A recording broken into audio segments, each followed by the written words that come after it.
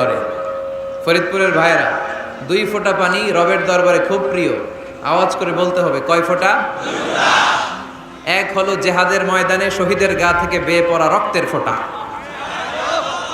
আমরা শহীদ হতে চাই কি চাই না? শাহাদাতের তামান্না যদি কারো অন্তরে না থাকে, এটা কি মুমিন না মুনাফিক? আর শাহাদাতের তামান্না নিয়ে কেউ যদি বিছানায় পড়েও মারা যায়, শহীদদের কাতারে তারে উঠাই দিবে কে? আল্লাহ। আমাকে শহীদ করে সেই মিছিলে শামিল করে নিও, যে মিছিলের নেতা আমির হামজা খোবায়েবে খাব্বাব।